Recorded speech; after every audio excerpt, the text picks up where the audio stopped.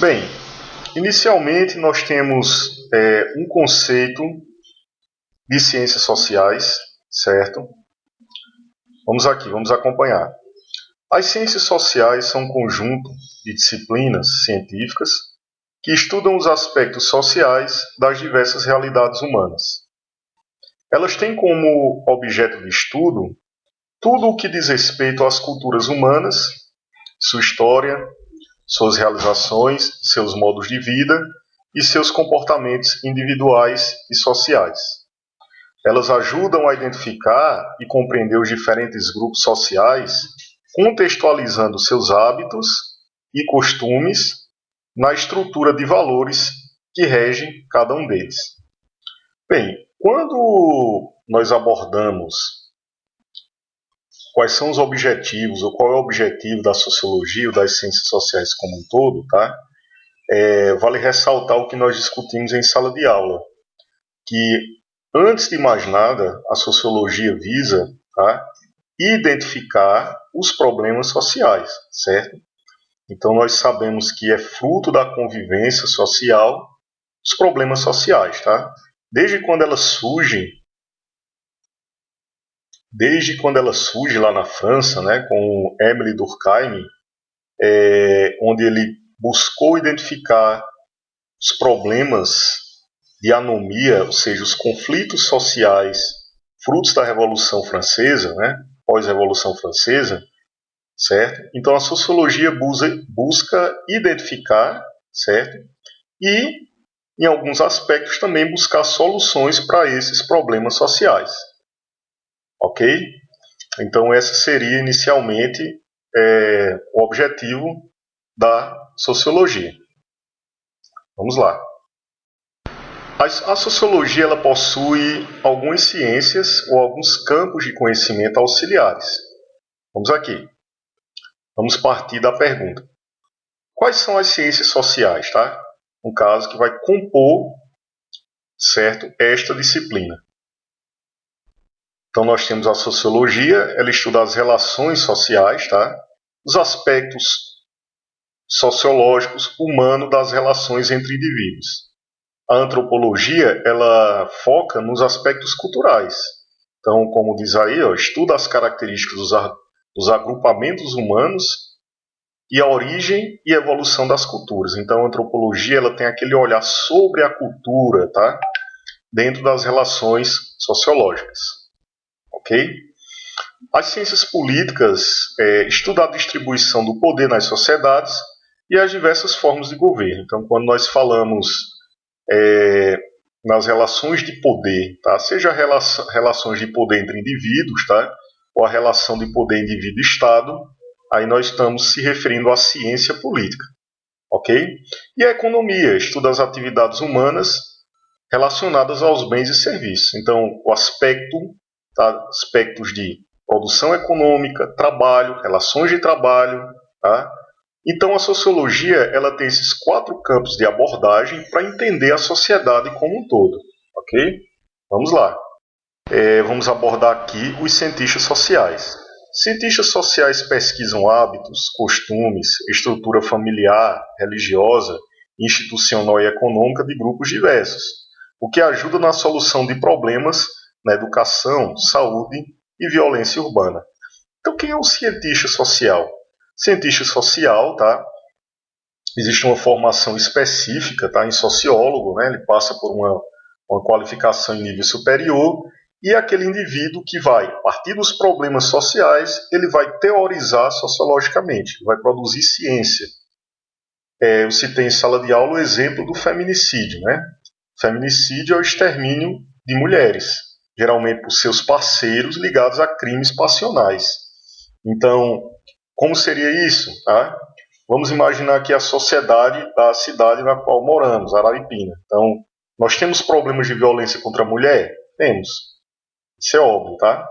Todos os dias aí a gente pode escutar os jornais, na rádio, a gente tem violências, agressões, às vezes até morte. Quando se trata de morte de mulheres por seus parceiros, cônjuges, né, ligados à questão de crimes passionais, crimes por ciúme, etc., então isso se caracteriza como feminicídio. Não é qualquer morte de mulher que é feminicídio, né? A mulher morreu atropelada. É um feminicídio? Depende. Foi o parceiro dela, por motivo passional, que cometeu esse crime? Tá? O crime, ela está na condição de vítima, sobretudo por uma questão de, entre aspas, inferioridade feminina. Então isso é relativo. Então, o feminicídio é quando geralmente elas são mortas por seus parceiros. Então, a partir desse indício, né, de um problema social, que é o feminicídio, então os cientistas sociais vão coletar dados, seja dados nas delegacias, no próprio fórum, né, para coletar, depois vão tentar compreender o motivo, tá, desses crimes. E aí, a partir disso, né, produzir ciência social e tentar encontrar soluções, né? Pode ser encaminhado, por exemplo, esses estudos para a prefeitura para que ela produza políticas públicas, né, campanhas preventivas, tá? Em relação à violência contra a mulher e o feminicídio. Então, eu citei esse exemplo porque a sociologia ela parte sempre de problemas sociais, ok? Vamos lá. O surgimento da sociologia é dos primeiros sociólogos. Nós temos Saint-Simon, né? Claude-Henri de Roux, esse nome francesinho aí, né?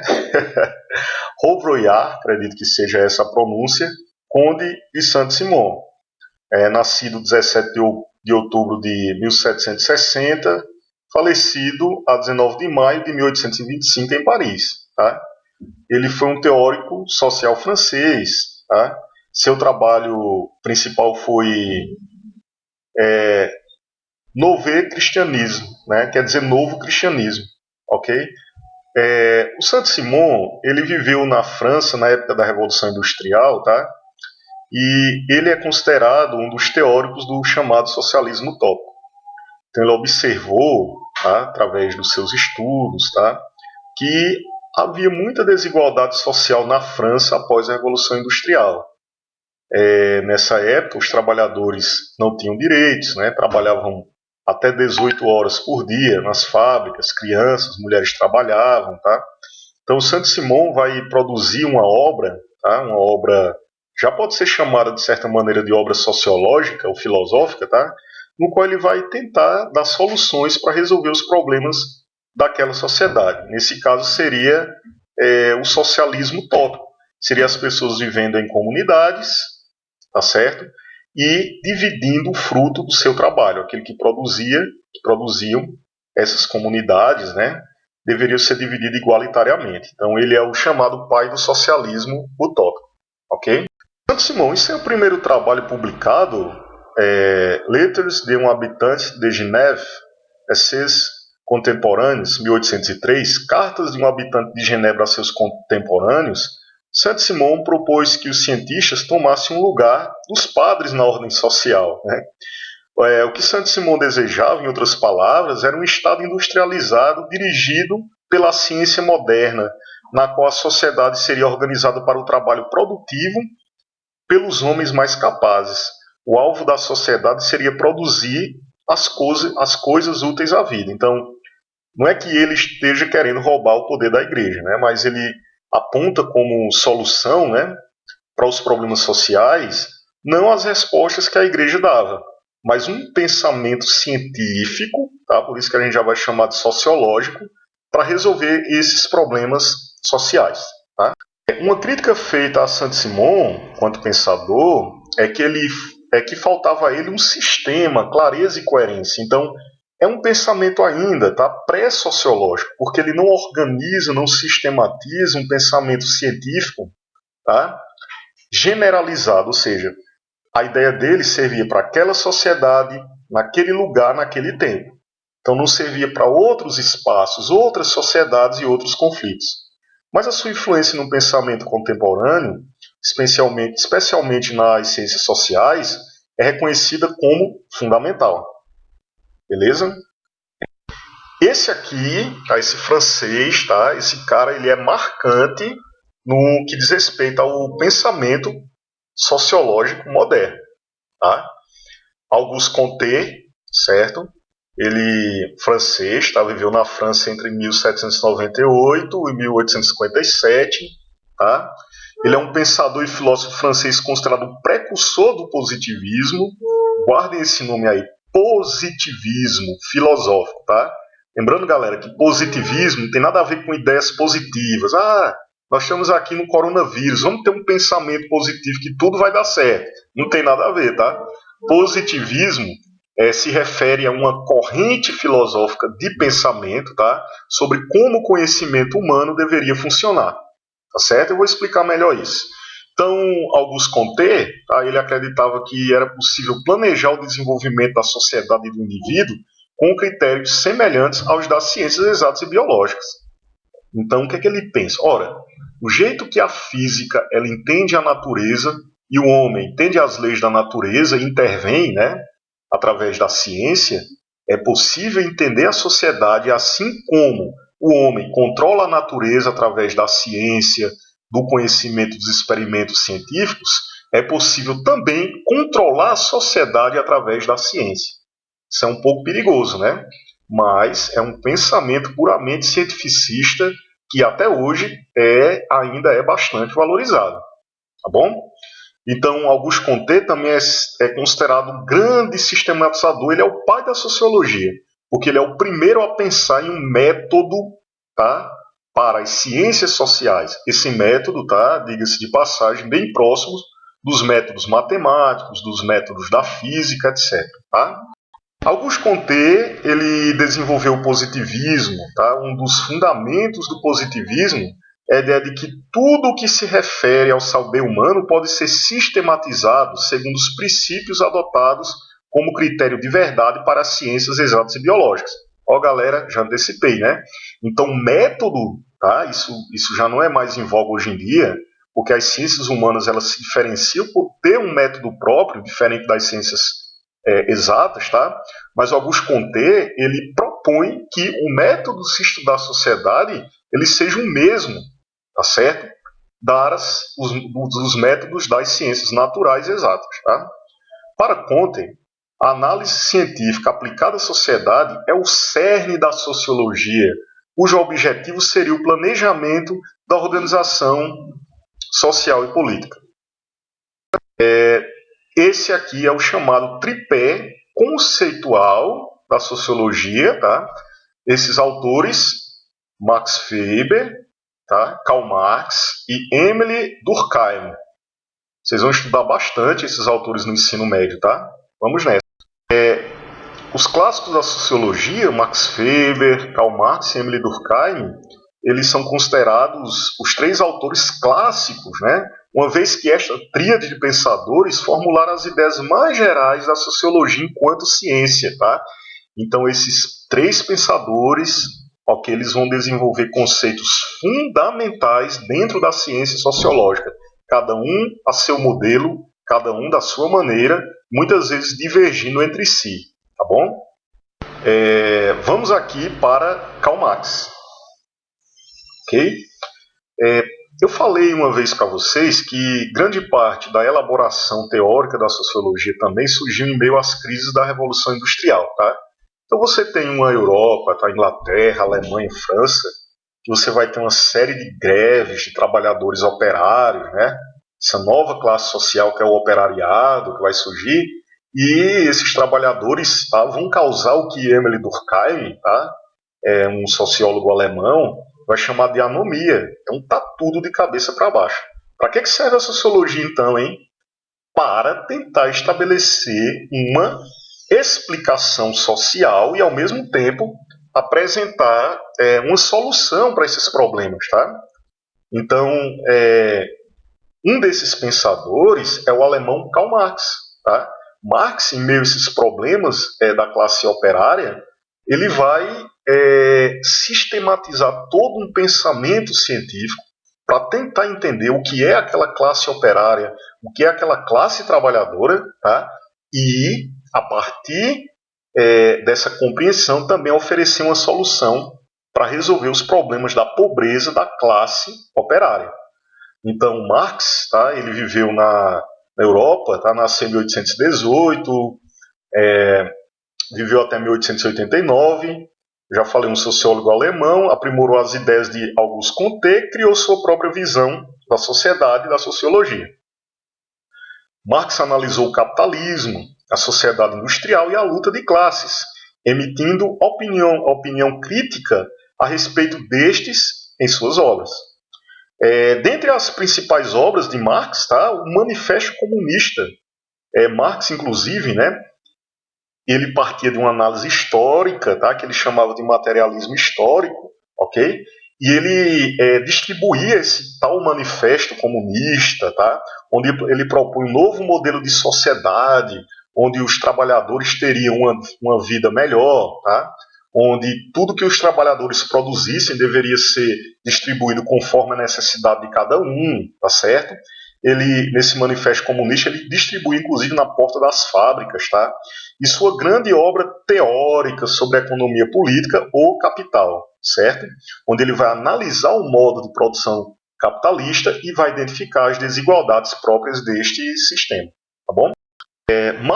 Karl Marx e o capitalismo. Vamos ver como Marx pensava esse capitalismo, tá? Para Marx, o capitalismo ele desvirtua o trabalho humano, ele promovendo as desigualdades e exploração, tá? Em uma Europa em que os operários, por mais que permanecessem ali 12, 14, 16 horas por dia trabalhando, né, nas fábricas, com difíceis condições de trabalho, tá? Por mais que esse trabalhador vivesse ali dentro, muitas vezes com seus filhos que não estudavam, tá? Que ficavam ali também trabalhando, eles não ganhavam nem o suficiente para se alimentar. Então, para Marx, esse modelo de sociedade, esse modelo de produção capitalista industrial, ele é danoso, porque ele cria a desigualdade, ele cria a exploração do trabalhador, tá bom? Então, os donos do meio de produção são os donos da fábrica, tá? Instrumentos de produção, matéria-prima, exploram aqueles que vendem sua mão de obra, que seria quem? O trabalhador, o proletário. Tá? Então não é justo, tá, aquele que produz não ter acesso à riqueza produzida. É assim que Marx vai pensar. Assim, as relações de produção são desiguais e as diferenças agravam a condição de pobreza da classe trabalhadora ou proletariado. Tá bom?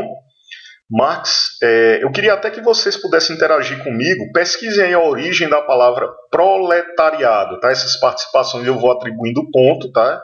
E eu quero que vocês me escrevam aí ou mandem áudio no próprio grupo, nosso grupo do WhatsApp, tá? Sobre o que significa essa palavra proletariado, qual a origem dela. Beleza, galerinha? Marx observou a realidade de sua época, voltando-se para a Revolução Industrial ou as consequências da Revolução Industrial, né? No entanto, sua análise pode ter uma relação com o mundo de hoje, claro, né? Nós estamos vendo, por exemplo, até com a atual crise, corona, quem mais sofre são os mais pobres, não é isso? É isso? A gente vê aí o governo criando auxílio, né, para essas pessoas mais pobres, mais necessitadas, muitas vezes que dependiam de um trabalho, dependiam de cumprir uma jornada de trabalho diário para obter o seu pão de cada dia. Tá? Então, vamos ver aqui. O capitalismo. Marx propôs conceitos para a análise da sociedade capitalista, como a superestrutura, a infraestrutura e mais-valia e alienação. Galera, esses conceitos não são simples de entender, tá bom? Vocês ainda vão estudá-los especificamente em uma unidade mestral, mas eu vou aqui dar alguns pontos iniciais, algumas explicações iniciais. Para Marx, tá? É como se a sociedade fosse, vamos aqui fazer uma metáfora de um prédio, de um edifício, tá bom? Os alicerces, vamos pensar um prédio, tá? Um prédio aí de andares, né? 10 andares. Então, o que vai estruturar a sociedade seria esse prédio. O que vai estruturar essa sociedade, os alicerces, seria a economia, tá? O que o homem produz, a maneira como ele trabalha e como essa riqueza derivada da produção ela é distribuída. Tá?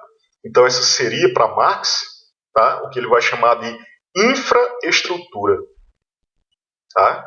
A infraestrutura seria a base que vai, de certa maneira, organizar a sociedade. Tá? A superestrutura seria o que deriva, a partir de como a sociedade ela se organiza economicamente, a política vai ser um reflexo, tá? A cultura também será um reflexo dessa organização econômica. As relações sociais também são reflexo dessas relações econômicas. Tá bom? Isso quer dizer o quê? Eu vou citar um exemplo rápido.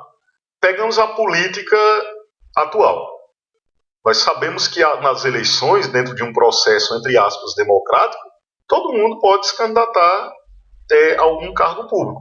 Mas quem de fato vai ganhar essas eleições? O que é que vocês me respondem? Acho que não dá para ouvir ninguém aí, né? Brincadeira aqui. Mas aí eu acho que vocês responderiam: quem tem dinheiro. Então, a política nada mais é do que um reflexo das condições econômicas criadas pelo capitalismo. Olha aí, a economia seria a infraestrutura, tá? A política seria uma superestrutura. Então, as paredes desse prédio, a economia está ali no alicerce. Então, as paredes do prédio, o teto, tudo seria, ok? A superestrutura.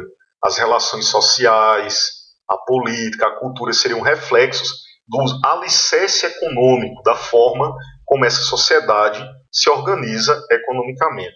Beleza, galera? Então, ele coloca aí, tá? Superestrutura pode ser a política, mas também pode ser a cultura, as relações sociais. Infraestrutura, a organização da sociedade. Burgueses são os donos do meio de produção, então ele está falando dos aspectos econômicos. Proletários seriam os donos da força de trabalho, seriam os trabalhadores das fábricas. Tá? Marx também tem outros conceitos interessantes. O conceito de mais-valia corresponde à exploração da mão de obra traduzida nas horas não pagas ao trabalhador. Tá? Eu gosto de usar uma metáfora bem interessante aqui da nossa região, que é a produção, por exemplo, de placas de gesso. Né? Tem trabalhadores, eu conheço esse tipo de atividade, tem inclusive familiares meus que trabalham, né, nessa atividade. O cara tem uma meta para bater ali a produção de 1.000 placas por dia. Tá? E aí, durante um mês de trabalho, digamos que esse cara produz ali 25.000 placas. Porém, o que ele vai ganhar do que foi produzido, 5.000 placas, seria o suficiente para pagar o salário dele. E a outra parte, professor, é o que Marx chama de mais-valia. É o que o trabalhador produz além do que o necessário para pagar o seu salário. E aí vai ficar como o quê? Seja em impostos para o governo, seja em matéria-prima que o patrão, o empresário, vai comprar para produzir, tá bom? Seja no emprego que o patrão usou para pagar as máquinas que ele comprou e para o lucro do próprio patrão, tá bom? Então, para Marx, a mais-valia é um absurdo, porque a maior parte do que o trabalhador produz em riqueza não fica com ele, mas é apropriado, tá, como lucro, seja para a classe burguesa ou pelo próprio Estado. Alienação, tá, termo utilizado por Marx para descrever a falta de contato e o estranhamento sobre o que o trabalhador tinha com o produto que fabricava, tá certo? Então, muitas vezes, tá, alienação é quando você produz algo, você tem um produto, tá certo, que você não pode utilizá-lo. Por exemplo, o cara trabalha numa fábrica de BMW. A função dele ali é apertar um parafuso do pneu. Esse cara, ele desconhece o processo produtivo, que ele nunca vai saber como se produz ele só uma BMW, porque eles não têm acesso pela questão da divisão do trabalho, e possivelmente esse trabalhador operário vai trabalhar a vida inteira e nunca vai ter condições de comprar uma BMW. Então aquilo que ele produz, ele não tem acesso, ele não é dono daquilo que ele produz. Tá certo, pessoal? Observação: salários são um pagamento da força de trabalho que o proletário vende em sua relação de trabalho com o capitalista. Tá? A luta de classes. Marx analisou a relação dos patrões com o proletariado. Ele definiu como classe social os indivíduos que se identificam e se unem para questionar a realidade de exploração na qual se inserem. Então, Marx criou o conceito de classe social, tá? Que é uma classe social, são indivíduos pertencentes a uma mesma categoria produtiva. Então, hoje a gente fala de classes. Tem a classe dos professores, né? Então, nós, os professores, nos identificamos porque somos trabalhadores da educação né, temos um trabalho semelhante. Então, somos uma classe, tá, profissional. Agora, classe social em Marx é mais profundo esse conceito.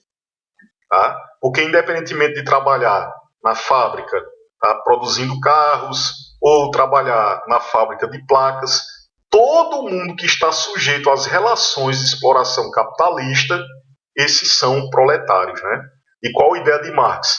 Que esses trabalhadores do mundo inteiro se unam, o próprio Manifesto Comunista tem uma frase clássica, trabalhadores do mundo inteiro univos, né, para derrubar, tá, para derrubar o que ele chamou de grande burguesia. Então, independentemente de estar no Brasil, na França, os trabalhadores têm condições, tá, de vida, estando na categoria de explorados. Claro que vai mudar, né, muitas vezes os direitos de um país para outro, mas todas essas pessoas que vendem sua mão de obra compõem uma classe social que são os trabalhadores, os proletários. Beleza? Vamos ler aqui de novo. Marx analisou a relação dos patrões com o proletariado. Ele definiu como classe social os indivíduos que se identificam e se unem para questionar a realidade de exploração na qual se inserem. Ele verificou que os conflitos entre as classes sociais são a mola que move a evolução da sociedade, por meio das transformações que podem provocar. Para ele, só é possível entender as relações dos indivíduos com bases nos antagonismos, nas contradições e nos conflitos entre as classes sociais. Para Marx, o que vai mover a humanidade em sua história ao longo do tempo é essa luta de classes. Tá? Seja pós-revolução industrial, a luta dos proletariados por melhores condições de vida em relação aos burgueses, seus patrões, os donos da fábrica, até o Egito Antigo, onde você tem camponeses explorados pelo Estado, tá? Pela nobreza, etc. Para Marx, a sociedade capitalista, né, na sociedade capitalista, os trabalhadores perderam o domínio de sua própria vida e passaram a depender do patrão, tá, que são os donos do meio de produção, os donos das fábricas. Tá?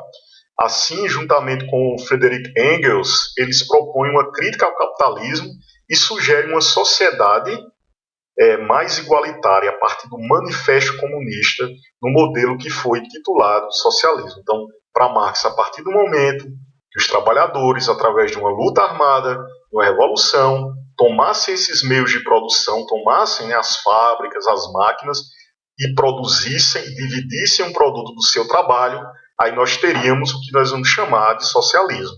Beleza, galera? Para refletir e debater, se os objetos foram feitos para serem usados e as pessoas para serem amadas, por que tendemos a amar os objetos e usar as pessoas? Alguém pode me dar uma reflexão em áudio sobre essa frase? Tá? Lembrando que todas as participações de vocês aqui, por áudio, elas valerão nota, tá? Ok? Esse aqui, esse pensador, também um francês, tá? Radicado na Alemanha, chamado Émile Durkheim, tá? Ele também vai viver contemporâneo a Marx, mas ele tem um pensamento completamente diferente de Marx, certo? Ele vai viver entre os anos de 1858 e 1917, tá? Durkheim, ele propõe um método sistemático para as ciências sociais, pessoal, tá? Ele vai escrever um livro chamado As Regras do Método Sociológico, na qual ele vai dar todo o percurso para quem quer produzir sociologia, tá? Como deve ser produzido esse conhecimento científico. Então, Émile Durkheim, ele é o fundador da Escola Francesa de Sociologia, tá? Para ele, a sociedade sempre está acima dos indivíduos, tá? Dispondo de certas regras, normas, costumes e leis. Estas se solidificam em instituições sociais e são a base da sociedade. Durkheim enfatiza que a necessidade de coesão e de integração para a sociedade se manter. Para ele, a força da sociedade está na herança transmitida por meio da educação às futuras gerações. Galera, eu queria que vocês, vamos usar a imaginação. Durkheim, ele pensava na sociedade como um corpo. Vamos pensar um corpo humano, um corpo biológico, onde os órgãos eles estão interligados, são interdependentes. Então, se um dos nossos órgãos ele tiver um mau funcionamento, ele deixar de funcionar ou parar, né, aí todo o corpo vai sentir um prejuízo. Tá? Então, vamos pegar o fígado aqui, né? Se o fígado ele deixa de funcionar bem, todos os demais órgãos do corpo vão sentir, né? Então, Durkheim ele pensava as instituições sociais, a igreja, a escola, tá? No caso a educação, tá? O Estado, a polícia, todos eles deveriam funcionar de forma integrada para que a sociedade ela vivesse de maneira harmônica. Tá? Então esse é o conceito de Durkheim de coesão social, de integração. Para Durkheim, quando algum desses órgãos sociais ou instituições deixam de funcionar, cumprir a sua parte no todo do corpo social, nós vamos entrar em um período de crise ou anomia. É onde acontecem os conflitos, as revoluções, etc. Tá? Olha aí, ó, tem uma metáfora aí bem interessante. E as instituições sociais, escola, religião, Estado e família, elas pertencem a um todo, tá? A um corpo social, tá bom? Aí ele coloca aí, ó, essas instituições são, segundo Durkheim, né, instituições sociais que reúnem os elementos básicos e essenciais de uma sociedade. Para ele, a ausência das instituições ou a fragilidade das mesmas gera um conflito social e caracteriza o estado de anomia. Foi o que eu expliquei agora há pouco. Quando uma dessas instituições ela não funciona, tá, adequadamente dentro do todo, dentro do corpo social, então a gente vai ter conflitos, que Durkheim chama de anomia. Exercem força sobre os indivíduos, levando-os a conformar-se às regras da sociedade em que vivem, independentemente de sua vontade e escolha. O grau de coerção de um fato social pode ser identificado pelas sanções sociais que ele provoca. Olha, para citar um exemplo de coerção, vou para um exemplo mais simples, tá? Vamos lá, usar roupas, tá? Na sociedade atual, ou durante já há bastante tempo, né, nós usamos roupa. Se você escolher, enquanto indivíduo, sair na rua sem roupa, você vai sofrer as sanções e as punições da sociedade. Você vai ser preso por atentado ao pudor, né? Enfim, tem as leis que vão lhe punir, tá? Então, o que é a coerção? A sociedade ela tem regras, tá? Ela tem imposições próprias que ela obrigam os indivíduos a agir de determinada maneira. Tá? Então você é coagido a agir de determinada maneira, independentemente da sua escolha. Tá? Isso é uma imposição ou uma determinação social. Então usar roupas é um fato social. Acho que esse exemplo caiu mais simples do que o suicídio, não é isso, galera? Cai-me a solidariedade. Ao analisar as sociedades, né, ao analisar a sociedade industrial do século XIX, Durkheim percebeu que os laços que prenderiam os indivíduos uns aos outros nas mais diferentes sociedades seriam dados pela solidariedade social, sem a qual não haveria uma vida social. Então, para Durkheim, o que é a solidariedade social? É os aspectos que unem os indivíduos, tá? Por exemplo, a religião é uma instituição que vai, de certa maneira, unir os indivíduos. Então, o aspecto é uma instituição, tá?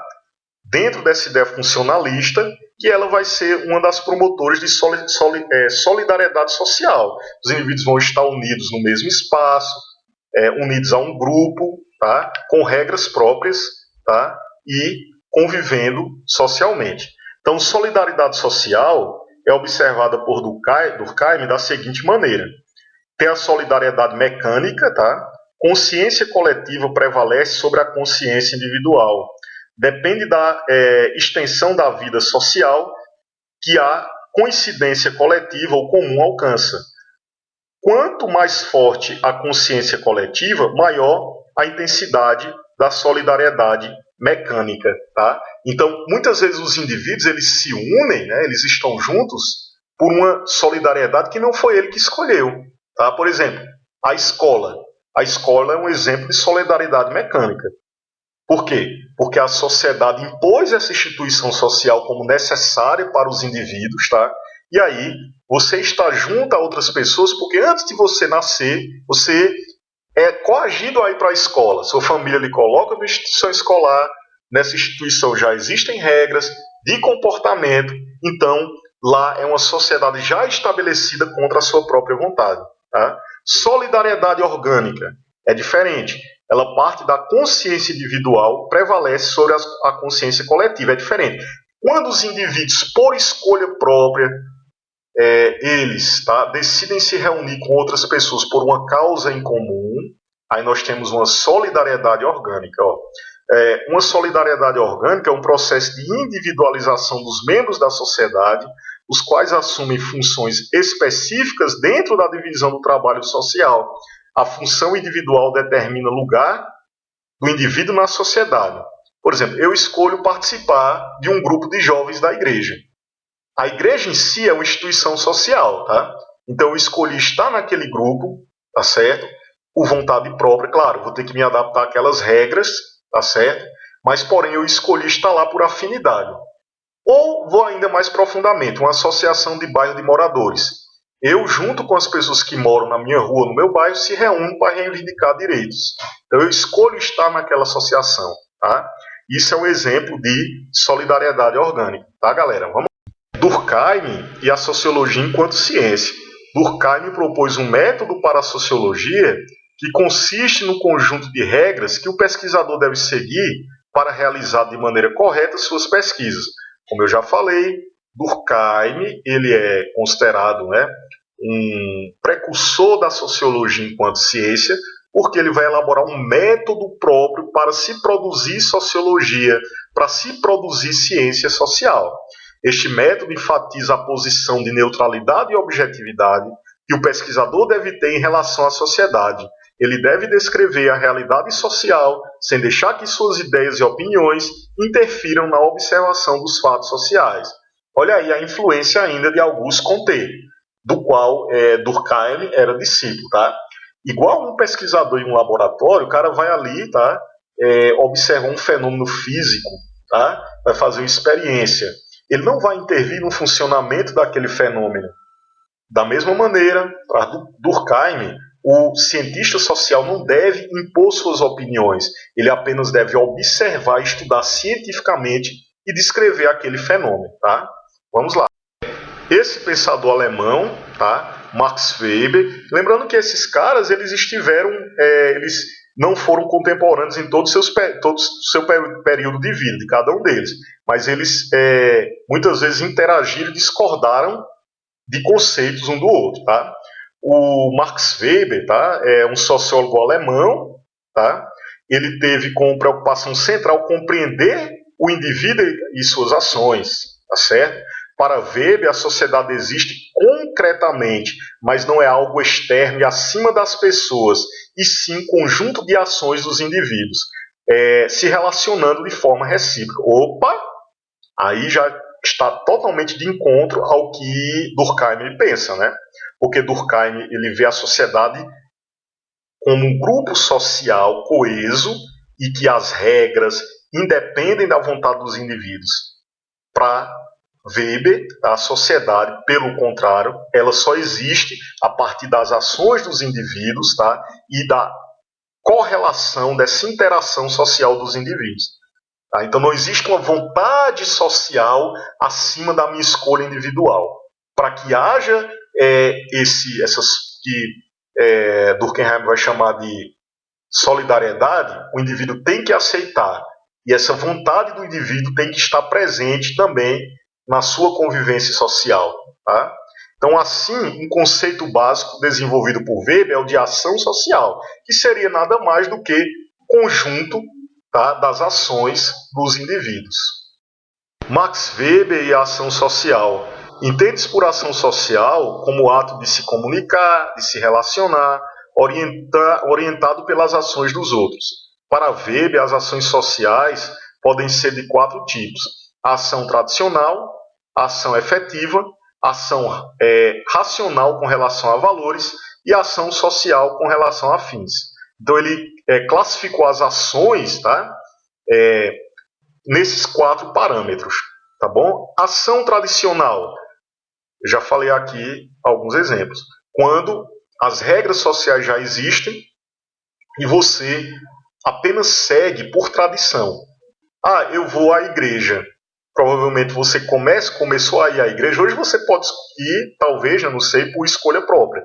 Mas antes você ia porque sua família ia para a igreja. Então você parte de uma tradição para poder, né, agir. Você age muitas vezes inconscientemente, através da tradição e da cultura. Tá?